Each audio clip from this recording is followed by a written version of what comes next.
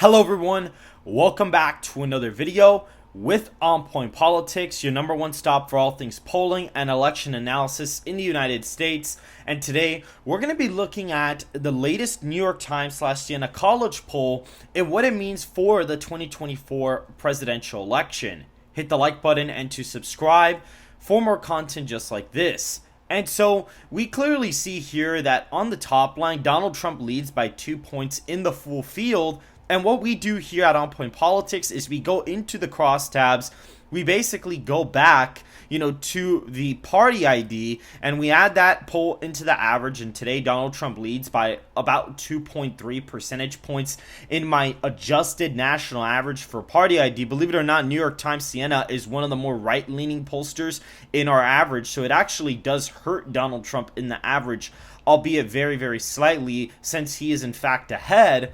And so Donald Trump maintains about a 2-point lead nationally. Kennedy is going down over time, and it seems like Donald Trump has picked up a majority of that Kennedy support. I mean, he's gone up, a little bit over a point. Harris has gained also about a point. So it's possible at this point that maybe both of them picked up support from Kennedy. So maybe it is a little bit unclear. Also, the undecideds have been kind of stagnating at around 2.5. So we'll see how that plays out as the election cycle moves along. But Donald Trump is still up in the popular vote by roughly 2.5 points. And looking at these crosstabs, what we do is we compare the exit polling to the 2020 exit polls for these demographic groups nationally, apply the 2020 sample that this poll shows, which has Biden ahead by 2 points. So again, this kind of proves my point that this is underestimating Democrats, believe it or not.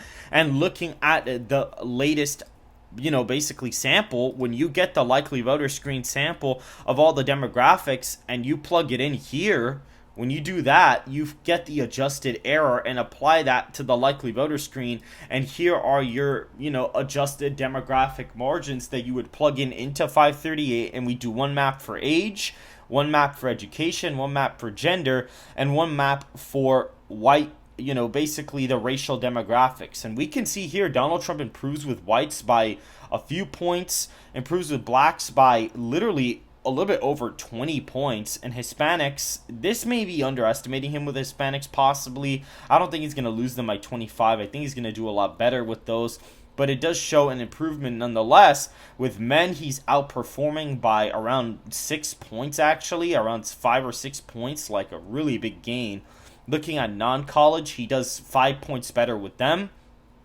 With college-educated voters, he literally is tied with them nationally. When you look at plus 65, Donald Trump gains 3 from that election. 45 to 64, Trump gains a few points. So he gains with every single age group. So when you basically combine all the results from the individual maps, this is what you get. Donald Trump with 313 to Vice President Harris's 225 electoral college votes. And what's very fascinating about this map result is that it is very similar to mine. I mean, I have Donald Trump getting 317 because he's flipping New Hampshire very narrowly, but when you plug in the demographic data, it is very similar. Even Texas is like a 13.5 point win on the New York Times map. I have it as I believe it's roughly a little bit over 15. Iowa and Ohio, it's the same thing. They have Iowa and Ohio as 14.5 to 15, and I have Ohio and Iowa as 15 points, give or take. And so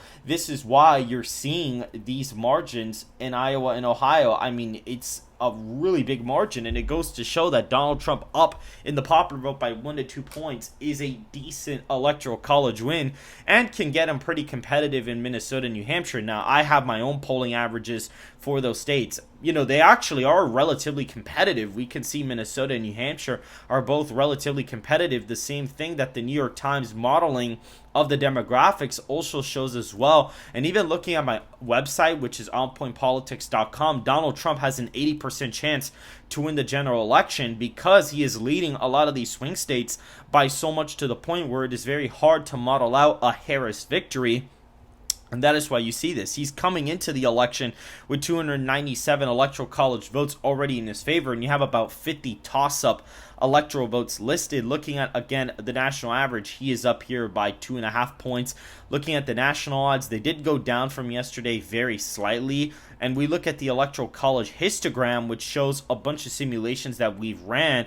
And looking at this, Donald Trump's best case scenario is 425 electoral votes to Harris's 113. Donald Trump's worst case scenario is 175 electoral votes to whatever Harris's win would be down here. Presumably it's 329-ish, or maybe it's actually down here. I think I did see, okay, 354 Electoral College votes seems to be her best case scenario. Oh no, 363. So either way, she probably isn't even winning Florida in a best case scenario. That's what it seems like to me. I wonder what will get her to 363, but I don't even think that it would include Florida, to be honest. And so looking at this Electoral College performance, Donald Trump's average performance is around the range of 283 to 328, and Harris's average, any simulation that has above 10 out of the 1,000, has Harris from 210 all the way to Harris 259. So the closest she's getting is winning Nevada, Arizona, Georgia, and not even picking off any of the Rust Belt states according to the spread of the results. Even here, actually the range is 199, which is pretty crazy, and then 279 right here to Trump's 339. So, you know, basically the average result shows Donald Trump winning the Electoral College, period. I mean, that's basically what that's showing. Even here you see, like, even in the scenario that has above 8 simulations, she's like getting 273, you know, she's like barely touching that mark. Here, when it comes to the simulations, Trump above 8 simulations, he is literally on the brink of the Electoral College victory. Like, he is right there. Even scenarios here, he's basically winning them outright. So it is way more easier to model out a Trump Electoral College victory than a Harris victory based on all of the demographic modeling, all of the polling analysis we've done where we readjust all the polling data per state. And looking at, for example, Wisconsin odds, I mean, he's got a pretty good shot there in Wisconsin, 65%, Georgia 67%, North Carolina 69%, Arizona 69%. Like, he's got really good odds in a lot of the swing states. Texas, he is pretty much set, 84%. Florida is really close to 80. It's very, very close. We may be able to project roughly, give or take, we may be able to project 219 electoral votes for Donald Trump going into the night of the election, which would be pretty amazing. And when you even test the model to 2020, he is winning. You know, Joe Biden won 306 according to my model. I mean, when you plug in the model, he literally wins 306 Electoral College votes. And looking at the actual 2020 results, Joe Biden is in fact doing, you know, pretty well. I mean, he won 306, and it matches what my model has as well for that election. So again, very fascinating stuff. And when you do a deep dive analysis into the crosstabs here, and you plug in the model into 538, and you look at the demographics, Donald Trump has a very similar Electoral College victory to what I have. The only big difference is that New Mexico is actually more competitive. Here it's about like a 4.5 point win for Harris. I have it way more close because I am assuming Donald Trump's going to do way better with Hispanics than most of the national polls are insinuating. Also, in the state of New Mexico, the polling average that I have for the state is actually very competitive when you readjust for polling data. And my personal average is also a little bit more to the right than what most people have. So this is very, very interesting when it comes down to this. It is seemingly a lot closer than what most people think. Maine and Virginia are still in the lean Democrat column as of right now for Kamala Harris. And so that is pretty much it for this video, guys. If you guys did enjoy this video, make sure to hit the like button and to subscribe if you want more content just like this. Make sure to follow me on X at onpointpolitics, all lowercase, and make sure to comment down below because it does help us out with the algorithm. And I will see you guys in the next video.